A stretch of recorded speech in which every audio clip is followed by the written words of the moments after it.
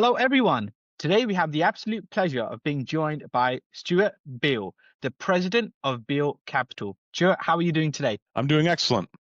Good stuff. Very glad to have you on the podcast. We're really excited to dive into your journey and get your takes on the industry. So, without further ado, should we get into it? Yeah, let's do it. Amazing. So, if you can start off telling us a little bit about your background, your perhaps upbringing, and what got you into entrepreneurship and business from an early age. Okay, great. Yeah, my name is Stewart Beal, and I grew up in the Burns Park neighborhood of Ann Arbor, Michigan. Ann Arbor, Michigan is the home of the University of Michigan. It's a very entrepreneurial environment. A lot of my family, friends, parents were involved at the university, were involved with spin-outs, business spin-outs from the university. So it's a very entrepreneurial environment, such that in public school, we started doing some things to get involved in business. Like, for instance, we had like a business fair where I wrote a newspaper and sold the newspapers for 10 cents. And so you get into that a little bit in the public school.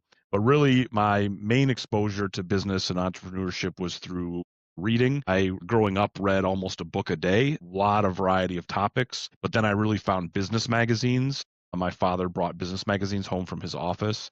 And that's where I got the major exposure into business and real estate. And this was in like 1995. 1994. And so that was before the internet, that was before crypto. And so when you would read the business magazines, there were two paths to wealth: building a big business and real estate. And so I, wanted to focus on both. Amazing, amazing. That's a great journey.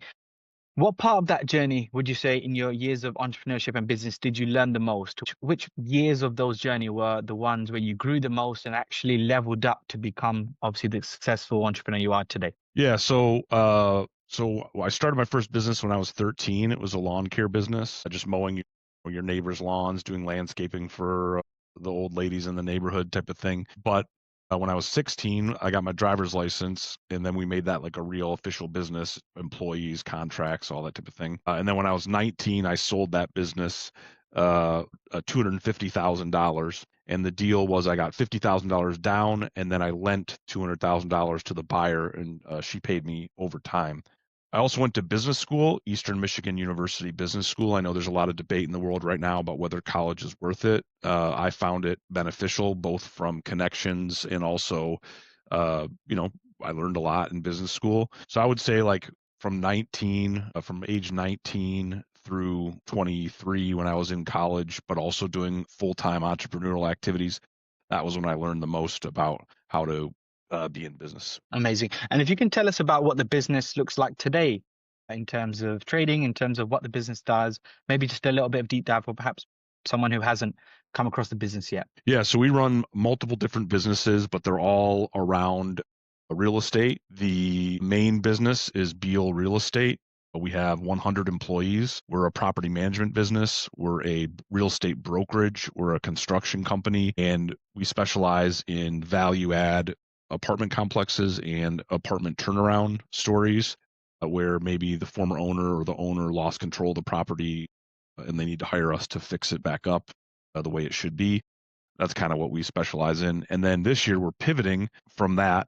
I want to do a little less of that in the future. We're pivoting to more commercial real estate. So that's office buildings, mixed use buildings, retail centers, that sort of thing. They're easier to manage, and that's what I want to do. Amazing, amazing. Can you share some insights into what does your role look like at a company? Are you very much focused on growth and driving the business forward? Are you very much focused on the ins and outs? Are you very much on the marketing and strategy side of things? But where does your role sort of sit in the company, and what does a typical day look like for yourselves? Yeah, so three things, three parts. I'm the main business development person for the company. Most of our new business comes in through my social media quite a bit.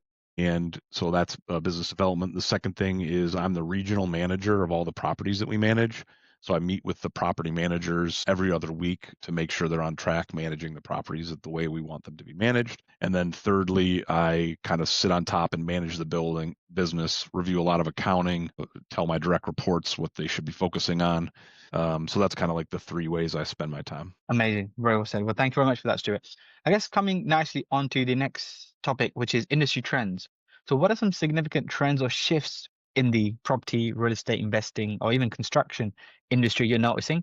Do you see them panning out in a positive manner, or perhaps are you sort of seeing them navigating towards a negative direction? What's your overall take on the upcoming few months and years to come? Yeah, so we're talking right now on April 17th, 2025. I think that's important to say because a month from now, the business environment might be entirely different with Trump's policies and tariffs and everything that's going on.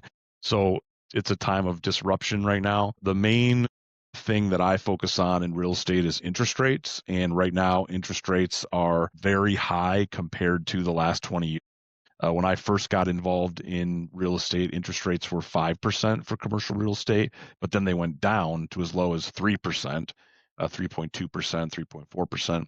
And now they're at like 7%. So that makes buying and selling real estate much more difficult because people's holding costs are much higher, but folks have not really lowered their prices. They're still thinking their real estate's worth a lot of money, and there's a lot of cash buyers out there proving that to be true. So that's the main thing is interest rates. The second thing is staffing. So when you have 100 employees, you constantly have people coming and going for good reasons, for bad reasons, type of thing. So you have to constantly be recruiting. And in particular, in the United States, we have a crisis in the building trades where there are not enough young people entering the building trades. And so recruiting is very difficult. I mean, I've been trying to hire 5 carpenters for 2 years, and some days I have 3, then I'm back down to 2, then I have 4, then I'm back down to 2, then I have 3, and then I'm 1. And it's just the talent and people's willingness to come to work and work hard is something we struggle with. Absolutely. And I guess on that point, just to perhaps dive deeper, because that's a quite an interesting topic. In your perspective, what do you think the reason for that is? Is there an issue at hand which perhaps we're not addressing? Is this just how industries and, some businesses operate? Where do you think, if you could pinpoint a reason for that, do you think? Well, I mean, we could just talk about various construction trades. First of all, like masonry and concrete. It's not that great of a job. You're out there in the cold, you're out there in the heat, you're lifting heavy things all day. It's just not, you don't hear someone in high school say, "Hey, I want to go lay bricks for a living." It's just not something. They say, "I want to be a video game influencer," or something like that. And so that's an example of a construction trade that's like very difficult to find good people. Carpentry is taught by usually they learn from their father or a family member, and so it's just not happening as much anymore. And it's just harder to find the younger people, and it's going to get tougher and tougher. Now that means wages are going up for people, so that's a good thing, and it should pull more people into the trades if the wages are going up, but there's just not enough people. Amazing. And now, when I speak to other business owners all over the world, a lot of them really struggle to navigate changes with interest rates, staffing, and things like that. How does someone as successful as you really navigate these intricate challenges within business and remain at a level where you're ahead and staying competitive?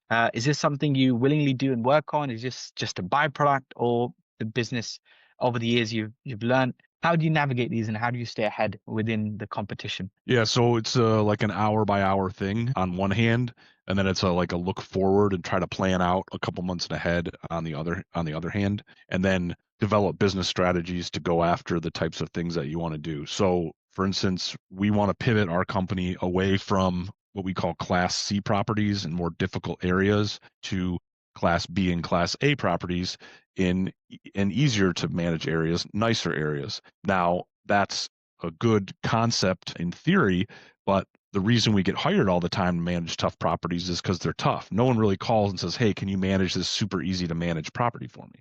So it's like we have this desire to shift, but how are we going to do that? And so we have to develop strategies, and how we're going to do that. And that's kind of how we have to navigate. But it's like an hour by hour thing. I consider myself a football coach, putting the best people on the field and like managing them, taking them in and taking them out. I do a lot of that, but then also like you've got to think ahead. Amazing, very well said. And what do you think, if you were to maybe handpick one main thing, what's the biggest factor do you think that's contribute to your success, and you can sort of attribute to the business doing really well and standing out amongst the crowd? Is there something you'd pinpoint, or is it a joint effort of lots of different factors? Yeah, so for me, it's intensive hours. That's the number one thing. For 22 years, I've worked 7 days a week. Now, don't get me wrong, I do take vacations, I take time off, but in general, I'm working.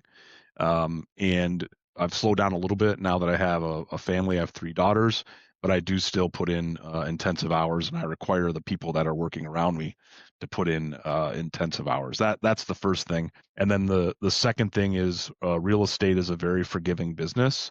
You can make mistakes in real estate, but they get covered up by time and the 4 or 5 different powerful ways that real estate benefit the owner of real estate. For instance, if you opened if you rented a space and opened a restaurant and put $300,000 of your own money into this restaurant, making it super nice, and you fail, you walk away with that with zero. Probably you walk away with negative because you probably owe credit cards and things like that.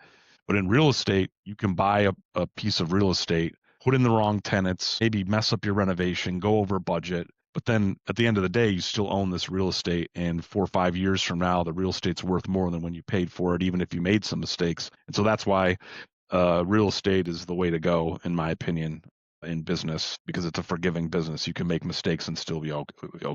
Amazing. Very well said. Thank you for that, Stuart. Another trend I wanted to get your thoughts on is a massive trend that's blown up in the last 10, 15 years. Is only going to get even bigger. Is social media and the power of social media. So what is your overall thoughts on social media? How has social media contributed to the success of your business? And what are some ways you're leveraging the power of social media to push and drive the business forward? Yeah, so I'm told that I'm very good at social media. A question I get a lot is, who does your social media?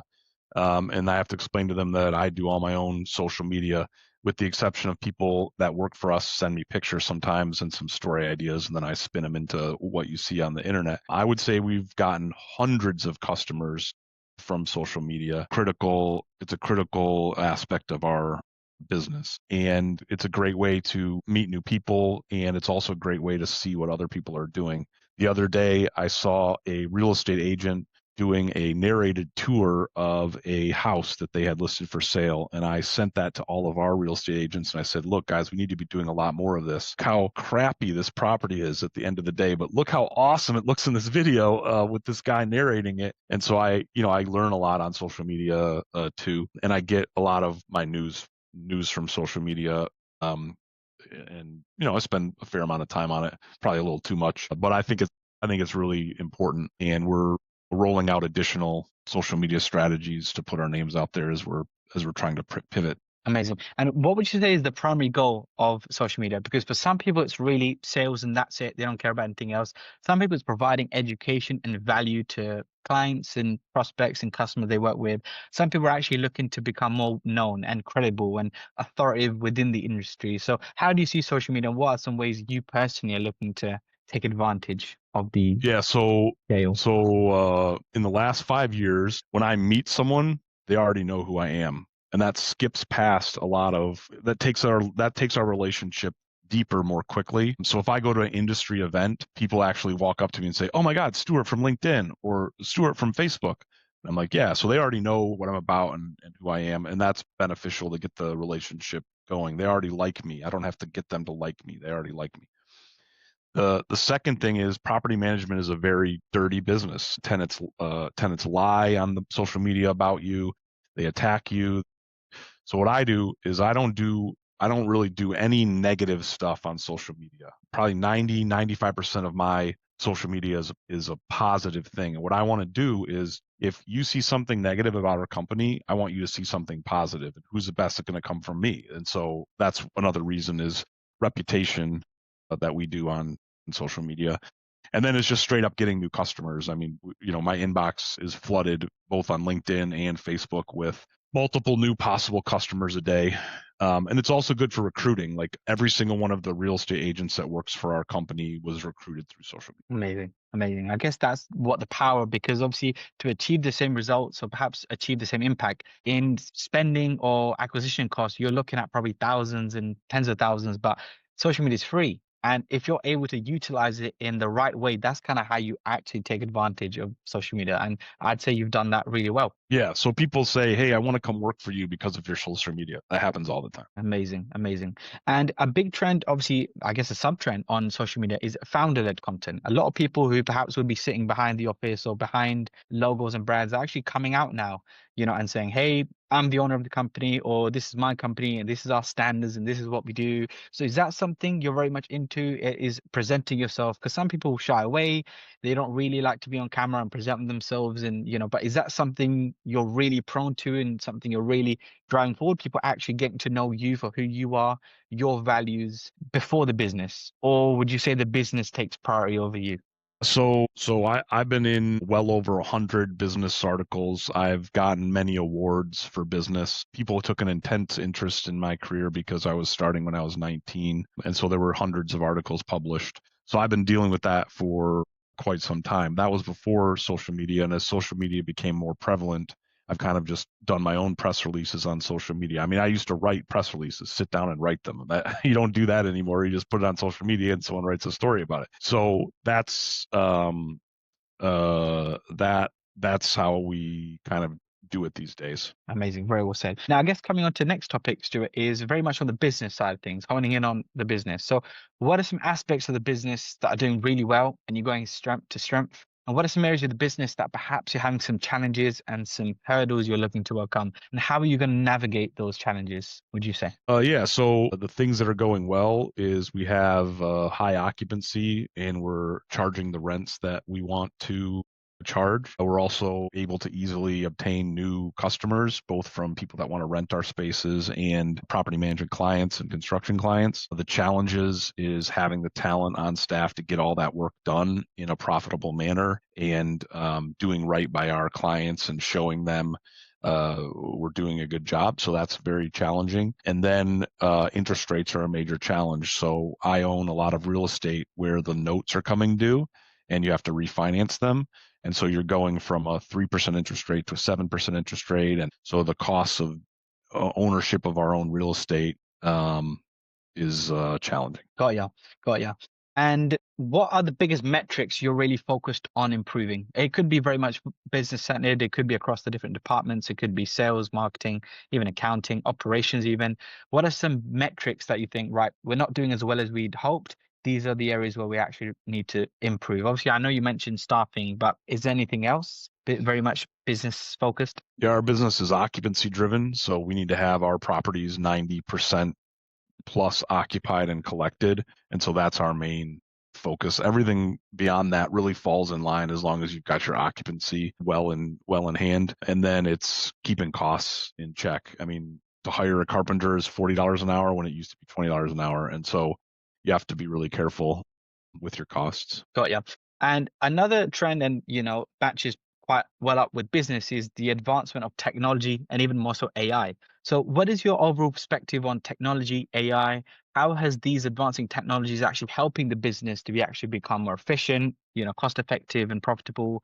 And what are some ways perhaps you're looking to implement AI within the business and take advantage of these new technology? Yeah, so I used to spend hundreds of hours a year setting up appointments for people to see apartments. They would email and say, I want to see the apartment. And I would go to my calendar, my leasing agent's calendar, and I would say, okay, I could show it to you on Friday at 1 or Saturday at 10. And they would respond saying, no, none of those don't work for me. Can you do it Sunday at 1? And then I'd have to call the leasing agent and say, can you do it Sunday at 1? She would say no. I'd go back and say, no, we can't do Sunday. How about Monday at 9? Hundreds of hours of that back and forth. So the main AI in our business is called Show Mojo. It's a very simple AI. All it does is it tells the people when our leasing agents are available, and then they just click and it puts it in the agent's calendar. So that saved hundreds of hours a year implementing that technology. We also, property managers spend hundreds of hours of years doing very simple things. If I'm managing 300 apartments and 100 people owe me money, I got to send 100 emails to those people saying, hey, pay your rent. Whereas like AI can just handle that for you on a routine schedule. And then AI can actually respond to people's questions and inquiries. Why do I owe that? And that type of thing. So we're slowly implementing that. I wish it was faster, but we're slowly implementing that into the business.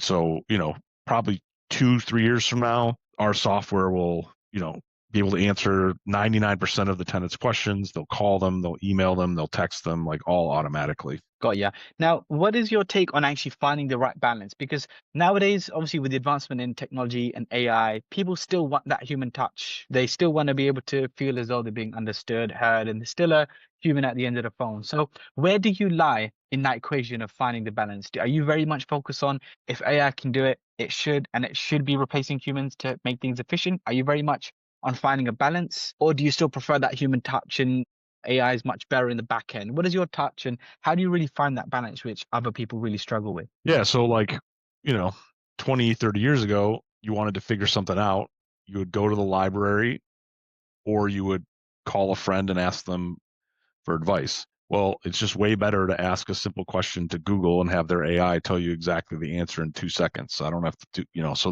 that's very convenient.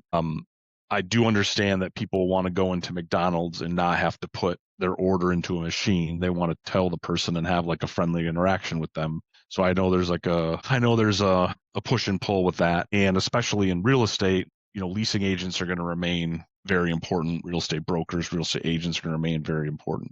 So it's going to be very interesting. It's going to be very interesting. I mean, people rent apartments from us right now without ever visiting them. They go to our website and they look at a 3-day tour. They look at the pictures, but there are still many who want to talk to a real estate agent and want to meet the real estate agent. Absolutely. Absolutely. Very well said. Now, sure, I guess if we talk about the future, right? Obviously, I know you've probably got some very big goals, very big metrics to hit, but what does the future look like for yourself in the, say, next 6 to 12 months? Are there some big goals on your vision board? What are some metrics and some areas that you think that's what you need to tackle first to hit those goals? I guess, if you're picturing yourself in the future today, what would that look like for yourself? Yeah, so I want to move more into commercial real estate, less residential real estate. In commercial real estate, you're not dealing with people and anger management, mental illness, pest control, domestic violence, people playing music too loud, that type of thing.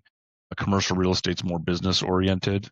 You still got a lot of problems that you have to fix and, be a problem solver, but you don't have to be arguing about a woman who lost her job and is about to have a baby and can't pay rent. You're more business focused. So that's what I want to do, is go more into commercial real estate, and we're taking some steps to do that. Properties that I buy primarily will be commercial real estate. I made 2 offers this week to buy commercial real estate, so that's what we want to do. That's what the future holds. And in terms of goals and metrics, interest rates are causing a lot of problems with that. I mean, I could tell you what I want to do, but I don't think it's possible, and that's not normally how I think. But it's just like it comes down to interest rates. Absolutely. If we talk about, are you very much still US? Are you working in other countries? Is that perhaps on the cards to expand into different countries, or are you very much still dominating the US and or Yeah, we're a very local business. We're primarily Metro Detroit in the state of Michigan. We do have offices in the lower half of Michigan, 5 of them, but we're pretty focused, and we're actually like hyper focused in just the city in which I live, Ypsilanti, Michigan, which is next to Ann Arbor. That's where we do most of our business. And I can leave my chair right now and walk to 100 properties that we manage. Like it's that local. Amazing, amazing. Very well said. I guess, Stuart, just finishing up on, what is the biggest piece of advice you've learned, or perhaps the biggest piece of advice you've had to learn the hard way, or you wish you knew when you started your journey that could have perhaps 10x your business or change the trajectory of where you are now? Someone perhaps listening or early in their journey. Yeah, so I say make bold requests, and I'll give you 2 examples. Sure. When I was 13, I wanted to start a lawn care and landscaping business, and so I just called a successful lawn care and landscaping business, and I said, "Hey, can I get my parents to drive me over to your office? Can I just pick your brain?" And a 13-year-old calling this 50-year-old guy who's been doing it for 30 years, like the guy could have just said, like, "What are you talking about? Get out of here." So I went into his office, and he literally told me over a course of an hour every single aspect of his business, how to set up a duplicative business. Like he basically gave me all the secrets to his business, to this 13-year-old kid, even though he knew I was going to start a competitor to him.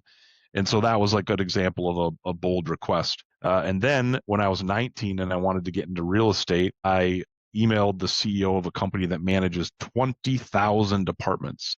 And I said, "Hey, I want to get into real estate. Can I can I come meet with you? And he responded within 10 minutes. Sure, come to my office. What are you doing later this afternoon? Like, oh my God. So I go over there and have an awesome meeting with him, and same thing, told me all the secrets to his success. So making bold requests is the number one thing. And I don't think, if I'd emailed 100 landscaping companies, maybe half would have said no, half would have said yes. I don't know. Maybe I just got lucky with the first guy, but I just picked the right guy. But just, you don't know until you make the bold requests, Absolutely. I think you've got a strike of luck there with, speaking to big people and big entrepreneurs. So that's amazing. I think a similar story I do recall is Steve Jobs with HP. And he did a similar thing. And, he was very fortunate to be able to understand that thing. So I guess, now what would you say is the biggest contributor? Is that luck? Is it just brute determination to want to be successful? And, what culminates that? Because not everyone can be as lucky. So do you think luck plays a part, or is it just sheer determination and willingness to do well? Yeah. So there's the saying, the harder I work, the luckier I get. That you need to keep in, that's probably very true. And then it's a numbers game. So for instance, in the foreclosure crisis, I used to mail people letters asking them to sell me their properties for no money down. And I put out 1,000 of those letters, and probably like 20 people took me up on it. And so if I'd only mailed 100 letters, probably only 2 people would have taken me up on it. And if I mailed 10 letters, probably no one would have taken me up on it. So it's a very bold request. Give me your property. I'm going to pay you no money up front, and then I'm going to pay you monthly. It's a bold request, because most people are selling a property because they want money right now. So it's a bold request. And so, I made it over and over again, and people take you up on it. So it's like persistence, and the harder you work, the luckier you get. Amazing. Well, Stuart, thank you very much. I really appreciate that and really enjoyed myself on the podcast today. I'm sure a lot of people have really found a lot of value, a lot of key insights, and gotten to know yourself a lot better. So thank you very much. Any closing comments before we do wrap up? Anything you'd like to say? Obviously, your social media, everything will be in the description. But any closing comments for people listening at home? Yeah. So basically, the way I learn about business is reading. So if you want to tackle anything new in your life, whether you want to learn how to be healthy, if you want to learn how to cook, whether you want to start a business, it's all about reading books by people who have done it before. And that's how I got started, magazines and books. So that's what I always recommend. Is people ask me all the time, how do I start this type of business? I said, well, Google book about that, and you'll find a good book, and it'll tell you what to do. That's how you start. Absolutely. And I guess even nowadays you can even ask AI, and it might even give you a decent enough answer where you can. Oh, for sure. Yeah, for sure. I mean, even easier, isn't it? I mean, for sure that it'll give you a very broad base of knowledge just right in ChatGPT or Google AI or whatever. Amazing. Well, Stuart, thank you very much. And thanks for everyone who has tuned in. Big thank you.